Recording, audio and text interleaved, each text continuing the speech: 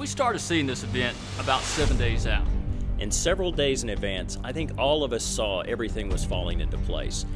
And I'm looking at it, I'm thinking, this just looks awful. If all this comes together, this could be a real disaster. Monday, you start talking about potential for violent, long-track tornadoes. This could be a red-letter day in state history. You still can't be very specific on Monday, and then Tuesday, that's when you get very specific about it, the day before. There was probably a 1% chance it wouldn't happen and a 99% chance it was going to be the worst severe weather day of any of our careers.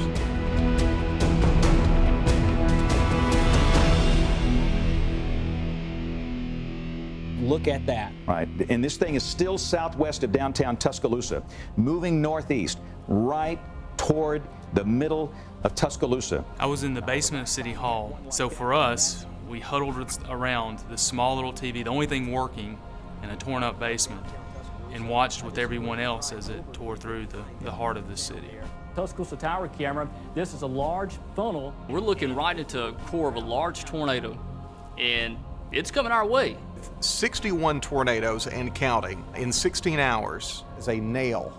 This was what was flying around in the air. We got debris. Incredible. This is falling out of the sky right now. I placed folks out with cameras in almost an art of war arc, so we could send people in different directions needing, but we would be able to get visual of the tornado, we'd be able to get it to our viewers, and we'd be able to show them how serious of an impact this is going to be. Immediately had the engineers run cable down the steps downstairs next to the transmitter, so if nothing else, if we carried a portable TV and we had a little microphone, we could still basically get the information out. We wanted to be with it as long as we could be.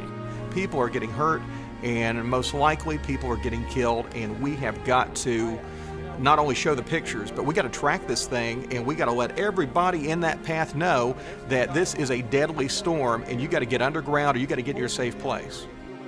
They see me walking down the street. I still have my suit on. I have my microphone still strapped to me. We had just gotten off air. So I'm walking down the street, and these people, random strangers, I have no idea who they are, come up to me and just say, "You saved my life."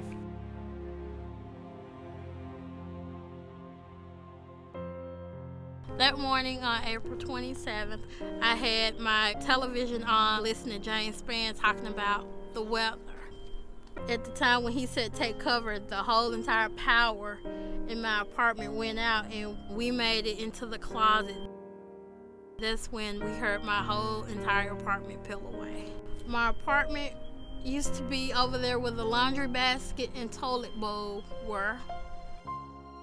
By listening to 3340 that day, it saved our lives. They were the link.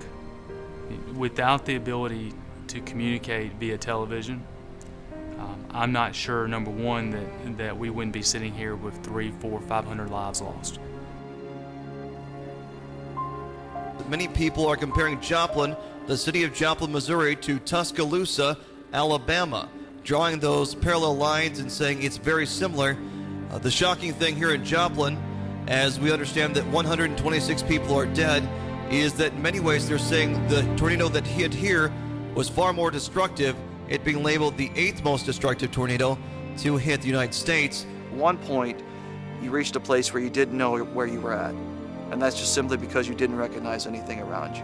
You had to put aside your personal experience and just function. We basically told all of our staff to go take shelter, and Jeremiah and I stayed in the studio and were keeping up with the radar. Honestly, we didn't know where people were, if they had cameras, when they were coming back, what they had video of.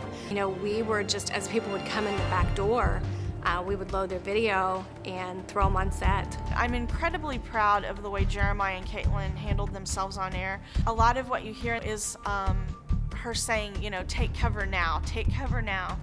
She said that she was actually talking to the part-timers, and they stayed mic'd up while they were taking cover themselves.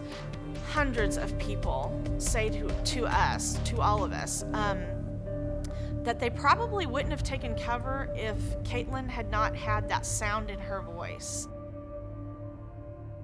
And now we find ourselves the third day after, Wednesday evening. 124 dead so far, 750 injured, and still 750 missing. You go out to the general population, there's a lot of folks out there that really don't understand what the National Weather Service does or what in the world is the Storm Prediction Center. But they do understand on that television when we come on and say the National Weather Service has issued a tornado warning for one of the counties in our area. They know to take warning. So we're the voice of that information. You know, some of the things that we did, of course, was to listen to the radio station, listen to the television stations, because they had the cameras. They were the eyes and ears, if you will. They were the intelligence arm for the Emergency Operations Center. Those professionals are working on the same things that we're working on, and that's to ultimately notify individuals, give them as much advanced warning, and ultimately save their life. I think we're granted our license so that we are here for the community. One of the bigger expenses that people don't think about is when we go wall to wall, we're not running commercials. And that in this market, I'm sure the aggregate between all the TV stations was into the millions of dollars of lost revenue. This is television service at its purest, community service, public safety information. We're not sitting here thinking about how can I make a buck off of this. We're talking about saving lives and providing information. It's a public service. I think it's very important. People, we every day of the year are trying to convince people you can trust us and you can believe in it. You can tell me a little bit about it. Yeah, I was over near St. John's. You just saw a couple of those pictures. There's 26th Street between Schifferdecker and the hospital. It's pretty much just gone. The hospital is completely gone. Wow. There's a gas leak over there. So we were able to give a real local perspective and answering questions that local people would have, maybe that National wasn't able to. I look back at this as a time when Alabamians came together. And in many ways, local television was a part of making sure that that happened. We want to try to connect as many people as we have. We've heard a lot of success stories. That's what we hold on to. News Talk KZRG continues to function as that avenue for hope. That's what we hope to be, and we want to deliver that as we try to connect as many families and lost loved ones as we can, hopefully to have a happy story and a good ending. The kind of response that we got back after the storms of, you told us where to go, and I'm alive today because you told me to take a safe place.